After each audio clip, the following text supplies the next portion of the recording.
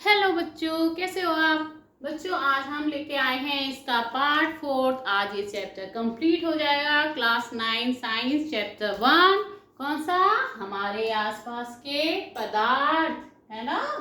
तो आज चैप्टर को हम कंप्लीट करते हैं। लास्ट टॉपिक जो हमारा रह गया था वो हम आज स्टडी करेंगे। गुप्त ऊष्मा, है ना। नाम से ही पता लग रहा है, गुप्त ऊष्मा। जो ऊष्मा कहाँ रहे? गुप्त रहे। गुपचुप गुपचुप बातें करते रहते हो, है ना। गुप्त ऊष्मा कौन सी हो गई? जो आपको दिखाई ना दे, है ना, गुप्त रहे, वो हो गई आपकी गुप्त ऊष्मा। इंग्लिश में इसको क्या कहेंगे? Latent heat. ठीक, तो इसको हम कैसे पता करेंगे? ये तो गुप्त रहती है, छुपी रहती है, हमें कैसे पता लगेगी? देखिए, इसको पता करने के लिए हम एक करते हैं एक्सपेरिमेंट। ओके, क्या करेंगे उस एक्सपेरिमेंट में? एक हम लेंगे बीकर। क्या लेंगे? बीकर। कांच का बीकर लिया हमने।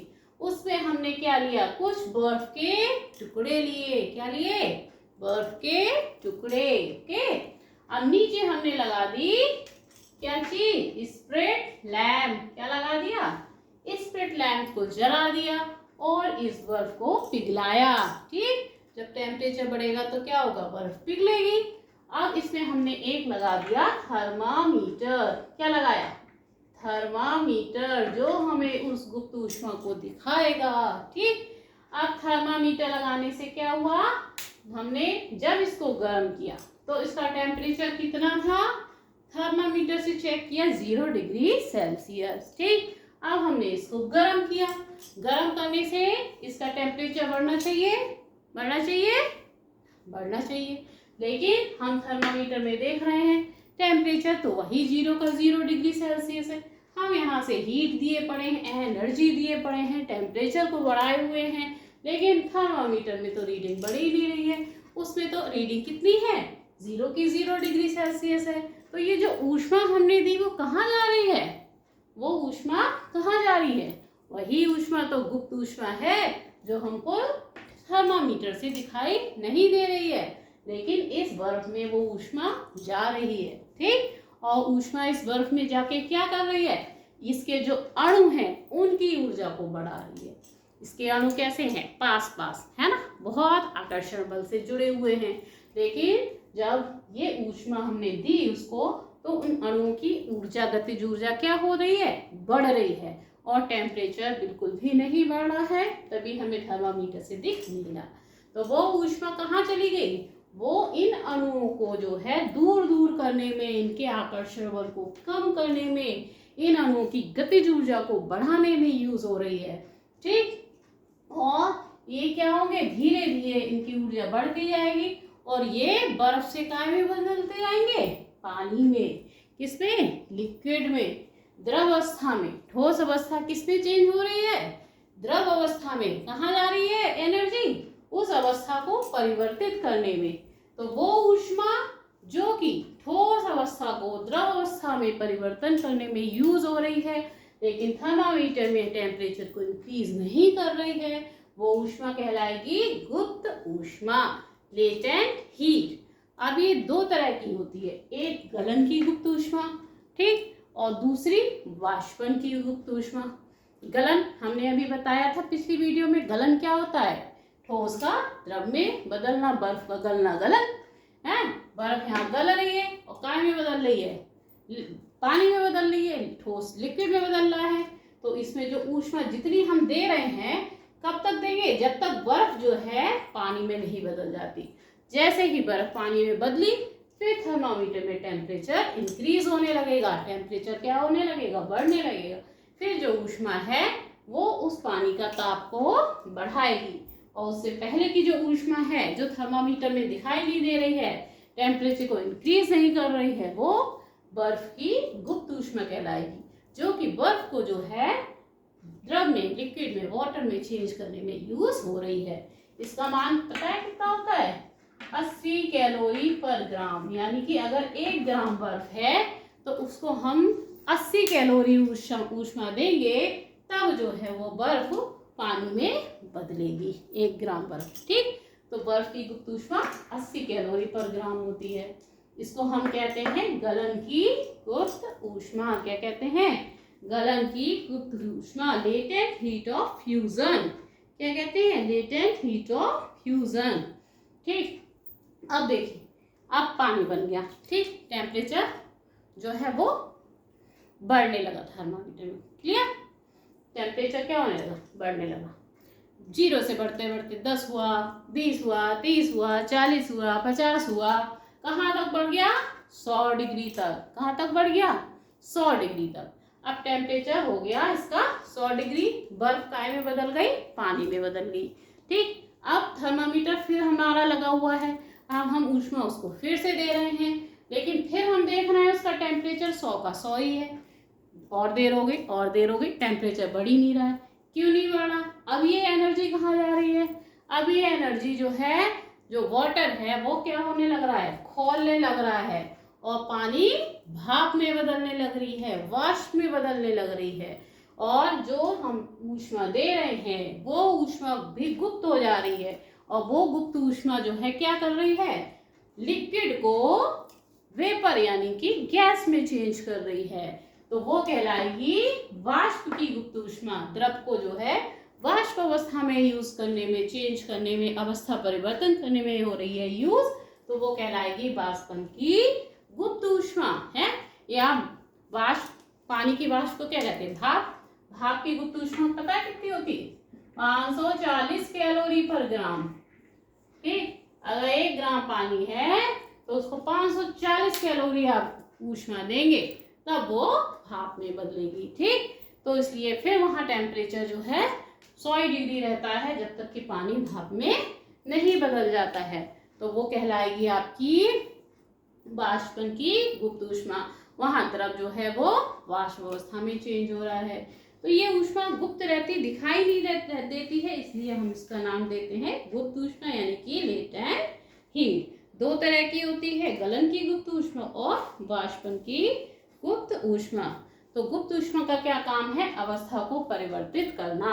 अब अगर आप बर्फ के अणुओं की गतिज ऊर्जा देखेंगे और पानी के अणुओं की गतिज ऊर्जा देखेंगे, तो किसकी ज्यादा होगी? पानी के अणुओं की गतिज ऊर्जा ज्यादा होगी।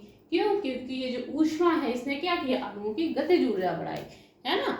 वो बर्फ के अणु थे, उनकी कम थी गतिज ऊर्जा, और ऊष्मा लेके जो है इसने गतिज ऊर्जा बढ़ाई और द्रव में बदल गया बर्फ, तो द्रव की गतिज ऊर्जा क्या हो जाएगी? बढ़ जाएगी।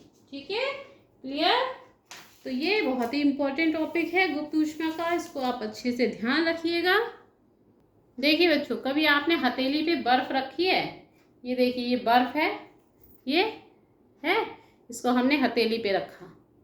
ठीक, ये इस तरह से, तो क्या होगा? थोड़ी देर में हम देखेंगे क्या होगा। ये बर्फ जो है हथेली पे क्या हो जाएगी? मेल्ट होने लगी। ये देखिए, पानी बनने लगा, बर्फ जो है वो पिघलने लगी। ठीक, ये देखिए पिघलती जा रही है। ठीक है, और ये देखिए बिल्कुल लिक्विड पानी बनता जा रहा है। जरा देर लगी, देखिए पूरा ये पिघल गई। ये कैसे पिघल रही है? हम यहाँ गर्म कर रहे हैं? नहीं कर रहे हैं। ये कैसे पिघल गई? ये बर्फ जो है हमारी हथेली से ऊष्मा ले रही है, और इससे जो है बर्फ के अणुओं की गतिज ऊर्जा बढ़ रही है, और वो क्या हो रहे हैं? लिक्विड अवस्था में आ जा रहे हैं, अणु दूर दूर हो जा रहे हैं और बहने लग रहे हैं। उनकी एनर्जी कहाँ से बढ़ी? हथेली से इसने ऊष्मा ली बर्फ ने। ठीक, और हमारी हथेली को कैसा लगा? ठंडक लगी। हथेली पे ठंडक लगती है जब बर्फ रखते हैं, और बर्फ पिघलने लगती, तो वो हथेली से क्या करती है? ऊष्मा को ले लेती है। ये ऊष्मा कौन सी है? गुप्त ऊष्मा। ठीक, तो इसको हम कहेंगे हथेली गलन की गुप्त ऊष्मा जो है, जो उसने हथेली से ली।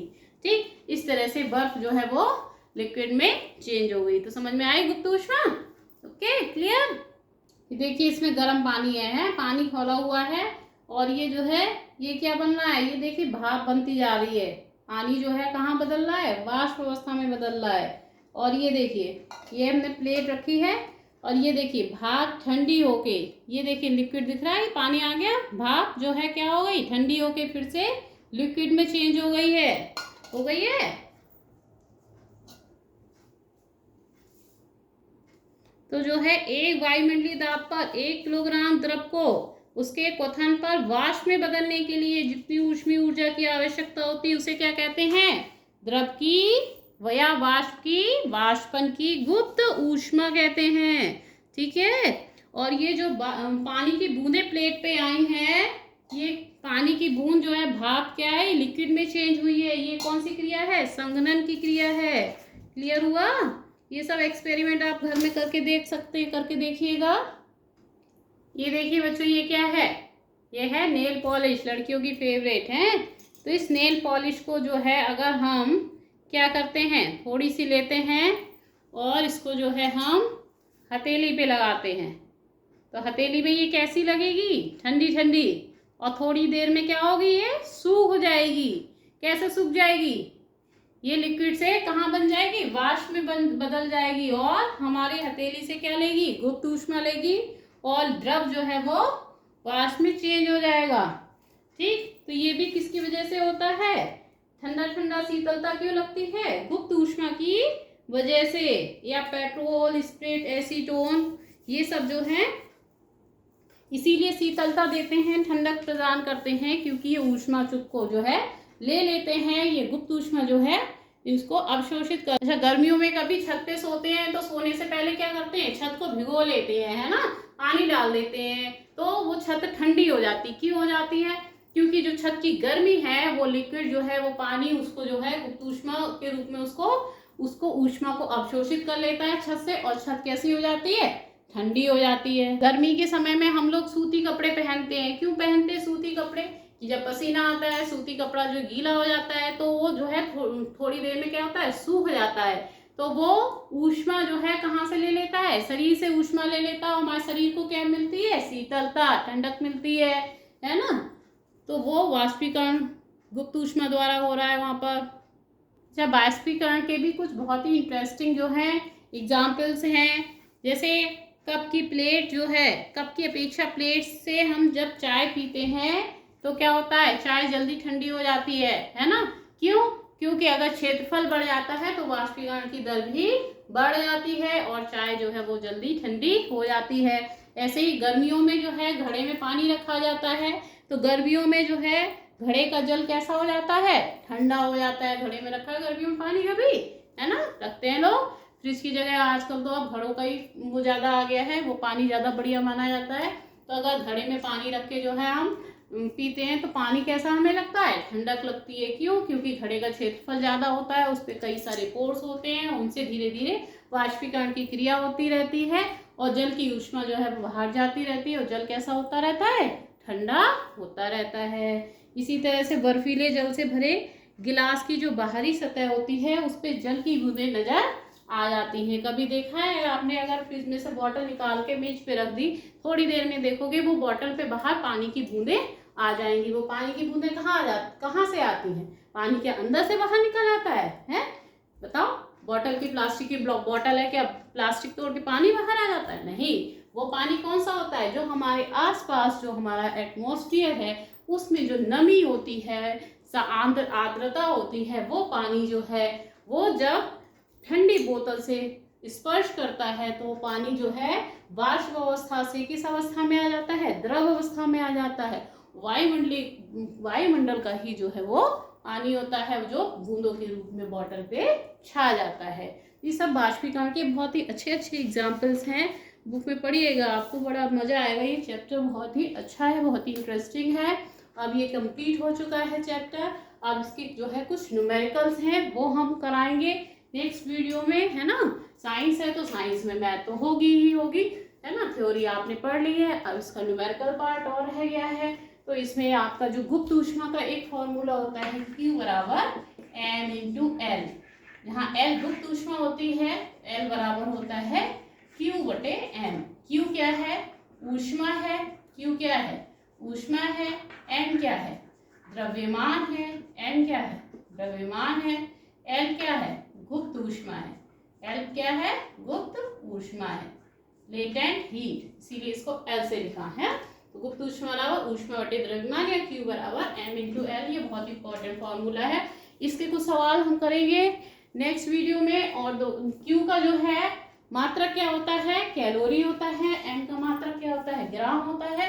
इसलिए देखिए गुप्त ऊष्मा हमने लिखी कैलोरी प्रति ग्राम में, Q का मात्रक कैलोरी, m का मात्रक ग्राम। ठीक, दूसरा जो है एक आप न्यूमेरिकल्स हम उसमें करेंगे, डिग्री सेल्सियस है जो, उसको आप केल्विन में कैसे चेंज करेंगे। जैसे कि बर्फ है वो 0 डिग्री सेल्सियस है, तो इसको हम कह सकते हैं 273 डिग्री केल्विन। ठीक, तो इस तरह के न्यूमेरिकल्स करेंगे। और जो है थ्योरी इस चैप्टर की कंप्लीट हो गई है, और जो है आपको बहुत अच्छे से समझ में आ गया होगा। मैंने खूब सारे एक्सपेरिमेंट द्वारा आपको समझाया है। फिर भी अगर आपको कोई डाउट रहता है तो आप हमसे कमेंट करके पूछ सकते हैं। वीडियो को लाइक करिए, चैनल सब्सक्राइब करिए, ज़्यादा से ज़्यादा बच्चों तक वीडियो को पहुंचाइए, जिससे कि और बच्चे भी इसका लाभ ले सकें। Thank you.